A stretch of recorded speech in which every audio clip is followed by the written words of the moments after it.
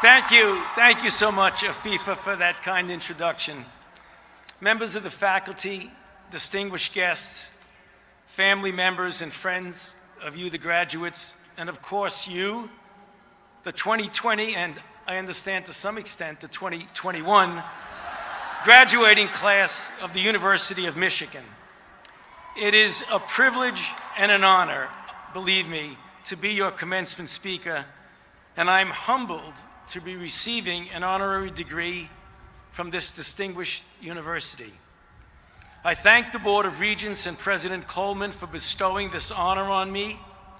Now, I no longer feel like an outsider when I get carried away looking at the basketball and football games on TV. And when I say go blue, now I'm legitimate, right?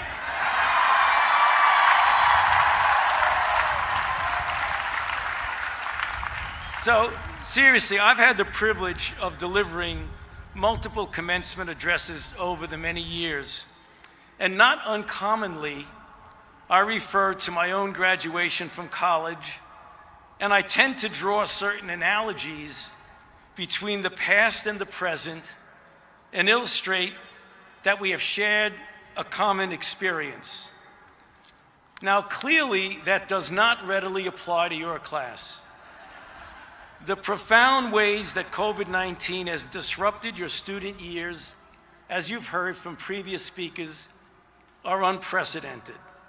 Otherwise, why would we be celebrating the graduation of the class of 2020 and 2021 in May of 2022? Viewing the overall situation from my vantage points at the National Institutes of Health and in the White House, each of you deserves enormous credit and respect, and I mean that, for your extraordinary adaptability, your resilience, your dedication to learning, completing your studies, and graduating despite immense difficulties and certainty. So I say with all sincerity that I am in awe of you for that.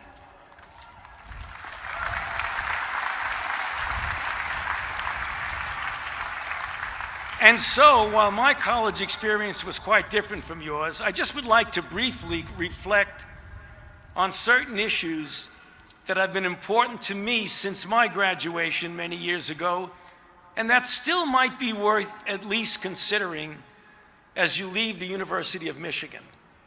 First, expect the unexpected. Planning and charting one path in life is something we've all done to a greater or lesser degree. You've actually already done that to some extent by choosing this extraordinary institution of the University of Michigan for your education. However, in my own experience, some of the most important, impactful events or directions that I have taken have been completely unanticipated and unplanned.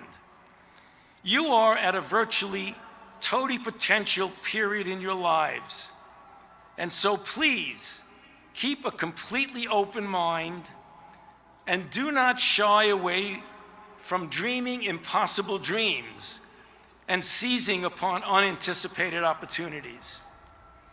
Let me describe an example of such a completely unanticipated challenge and opportunity that profoundly impacted the direction of my career and, in fact, my entire life.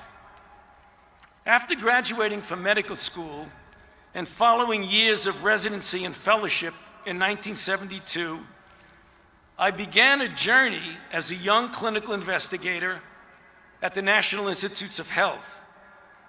Over the next 9 years, I progressed to what was considered by many as a very successful, safe, and comfortable career in investigative medicine.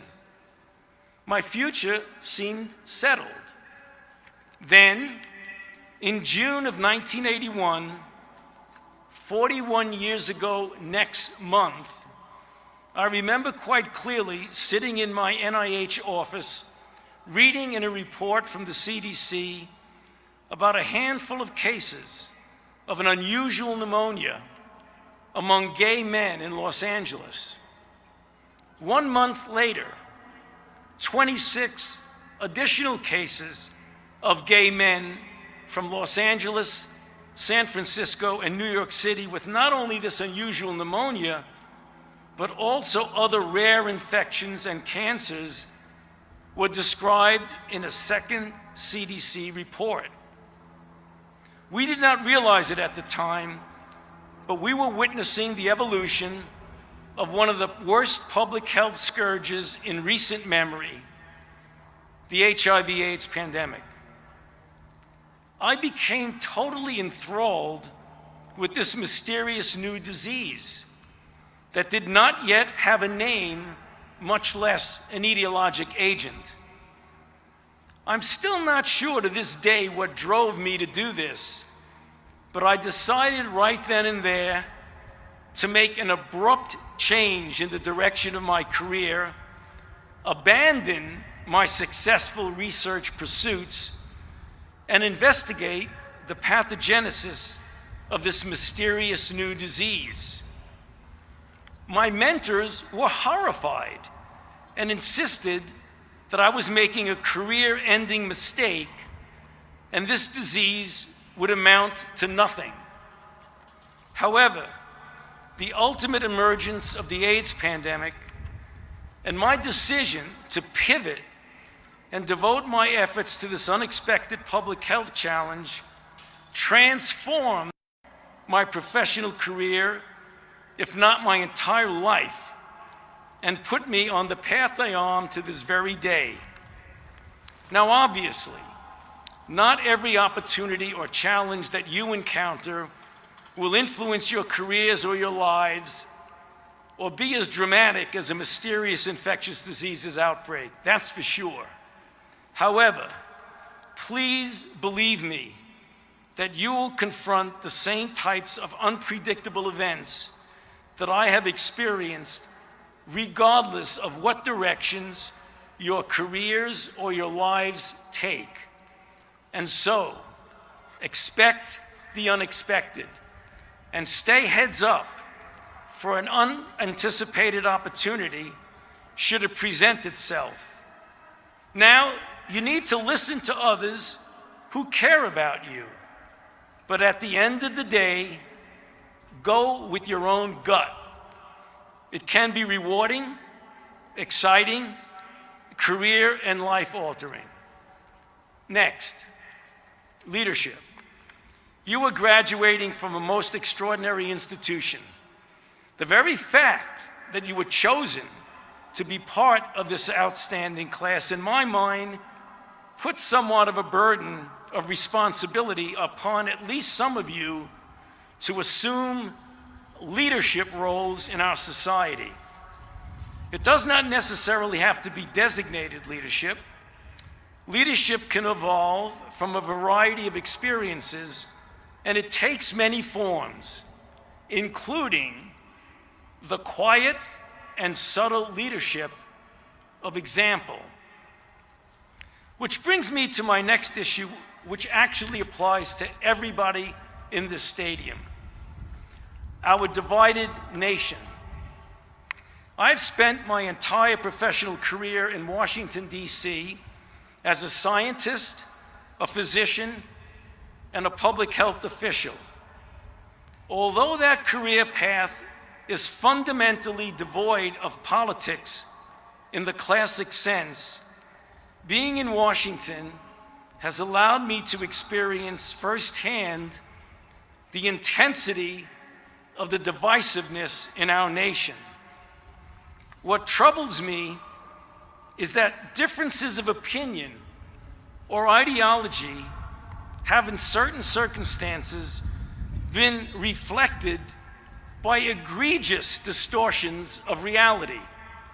Sadly, elements of our society have grown increasingly unfazed by a cacophony of falsehood and lies that often stand largely unchallenged, ominously leading to an insidious acceptance of what I call the normalization of untruths. We see this happen daily, propagated through a range of information platforms, social medias, and so-called news organizations. And sad to say, certain elected officials in positions of power.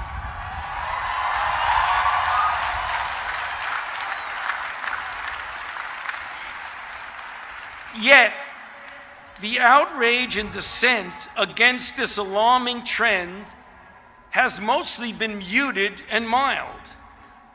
If you remember nothing else from what I say today, I truly appeal to you. Please remember this. It is our collective responsibility not to sink to a tacit acceptance of the normalization of untruths. Because if we do, we bring danger to ourselves, our families, and our communities. This is how a society devolves into a way of life where veracity becomes subservient to propaganda rather than upheld as a guiding principle for creating and sustaining a just social order. And so, as you graduate and take the place in the wider world that will be yours to shape, do not shrug your shoulders and accept the normalization of untruths. Because if you do, lies become dominant and reality is distorted. And then truth means nothing. Integrity means nothing. Facts mean nothing. Our country will not thrive if we allow or do not push back vigorously against moral ambiguity. Seek and listen to the opinions that differ from your own, of course, but critically analyze information, what you have learned so well to do here at the University of Michigan, to discern and challenge weak assertions built on untruths. As future leaders, we are counting on you all for that. In closing, I have been speaking to you over the past few minutes about the serious issues that we are facing in our current world. And so, putting the serious business aside for a moment, I want to close with a reminder about the joyousness of your life to come and what a bright future you have. Allow yourselves to cultivate this joy as much as you do your professional accomplishments. Find your source of joy and happiness and fully embrace it. And think upon your future as that's stated by the American political theorist John Homer Shaw, and I quote, "The future is not some place we are going to, but one we are creating. The paths are not to be found, but made. And the activity of making them changes both the maker and the destination." Congratulations to you, to your families and your loved ones. Good luck, God bless you, and go blue.